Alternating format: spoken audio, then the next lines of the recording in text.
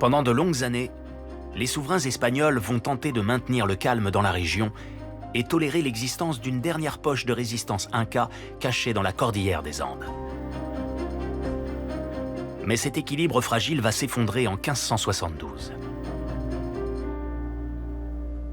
À l'époque, Tupac Amaru est devenu Sapa Inca en succédant à son frère un an plus tôt.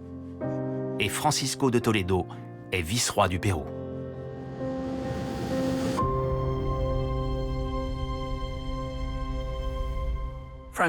Francisco de Toledo veut mettre fin à la civilisation inca en l'hispanisant entièrement. Il lance une nouvelle invasion dans la région de Vilcabamba pour se débarrasser définitivement de ce royaume qui lui résiste. Les conquistadors repartent dans les montagnes à la recherche de la fameuse capitale et finissent par trouver Vilcabamba.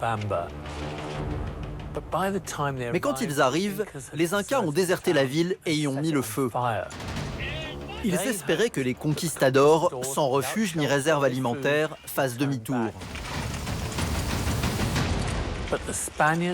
Mais les Espagnols décident au contraire de s'installer dans la ville qui fume encore et ils y resteront le temps de traquer et capturer toute la famille royale, dont le dernier Sapa Inca, Tupac Amaru. Le 24 septembre 1572, Tupac Amaru, le dernier souverain inca, est décapité à Cusco.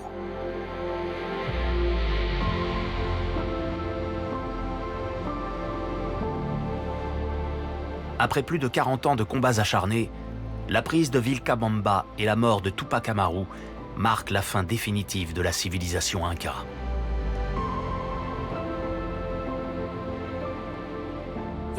Les conquistadors ont exhibé Tupac Amaru à travers la ville et l'ont décapité en public. Le vice-roi, Francisco de Toledo, était présent le jour de l'exécution. Ce fut un symbole aussi fort que traumatisant, marquant la fin de la dynastie Inca. Du début à la fin, la conquête espagnole du Pérou aura été marquée par une violence impitoyable. Débarrassés de la dernière poche de résistance inca, les colons espagnols vont délaisser rapidement les montagnes au profit de leur nouvelle ville.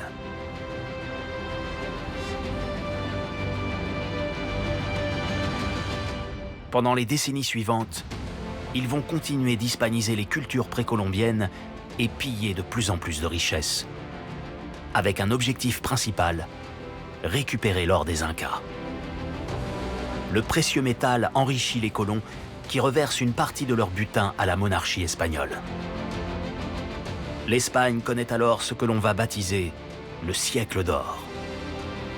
Une période de rayonnement culturel et de puissance économique accompagnée d'une immense ferveur catholique. Dans les plus grandes villes du pays, une partie de l'or des Incas est utilisée pour embellir les lieux de culte.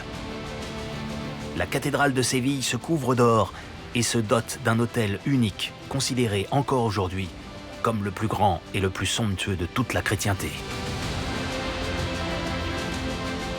Les colons espagnols ont définitivement mis la main sur la région et comptent bien l'exploiter pour en tirer le maximum de profit, sans aucune considération pour les peuples qui composaient l'empire disparu des Incas.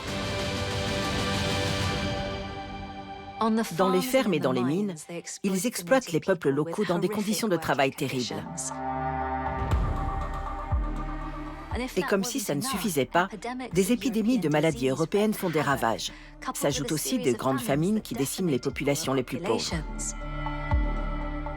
Là où les Incas avaient l'habitude de redistribuer la nourriture, les Espagnols ont privatisé tous les champs et ne redistribuent rien. Pour toutes ces raisons, on estime qu'après la conquête, environ 90% de la population Inca a été anéantie.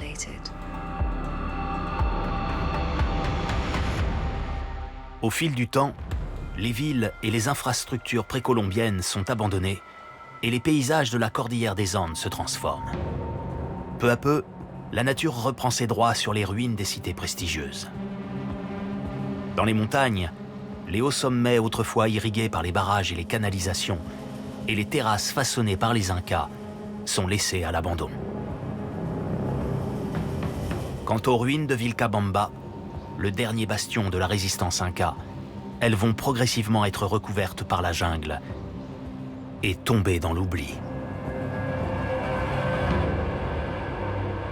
Au début du XXe siècle, Hiram Bingham, un explorateur américain, se rend au Pérou sur les traces de la civilisation inca. À cette époque, Vilcabamba, dernière capitale du royaume, est convoitée par les chercheurs de trésors qui rêvent encore d'y trouver de l'or 4 siècles après leurs prédécesseurs conquistadors. À cette époque, on ignorait où se situait Vilcabamba.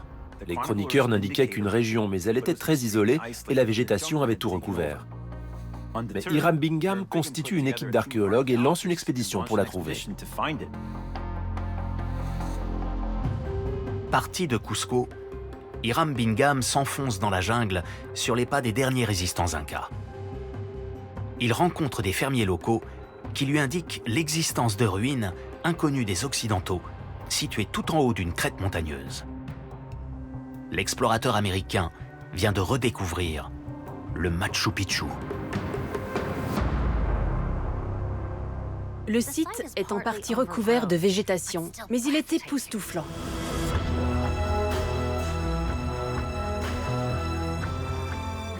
Hiram Bingham est sidéré par sa taille, par sa monumentalité et par la beauté de son architecture. De ces énormes murs aux pierres si finement taillées et assemblées, tout est magnifique. Des gens étaient passés par là depuis l'époque inca, des fermiers locaux et même des aventuriers.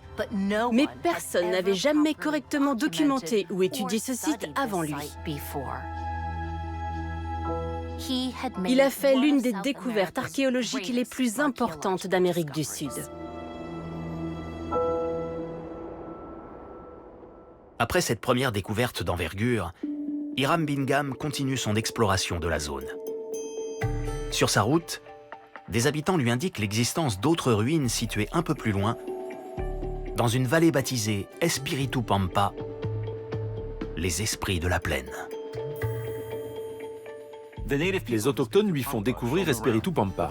Il a du mal à réaliser la taille et l'ampleur du site à cause de la végétation. Mais il observe ici aussi des terrasses, des canaux, des places, des routes et un long bâtiment rectangulaire.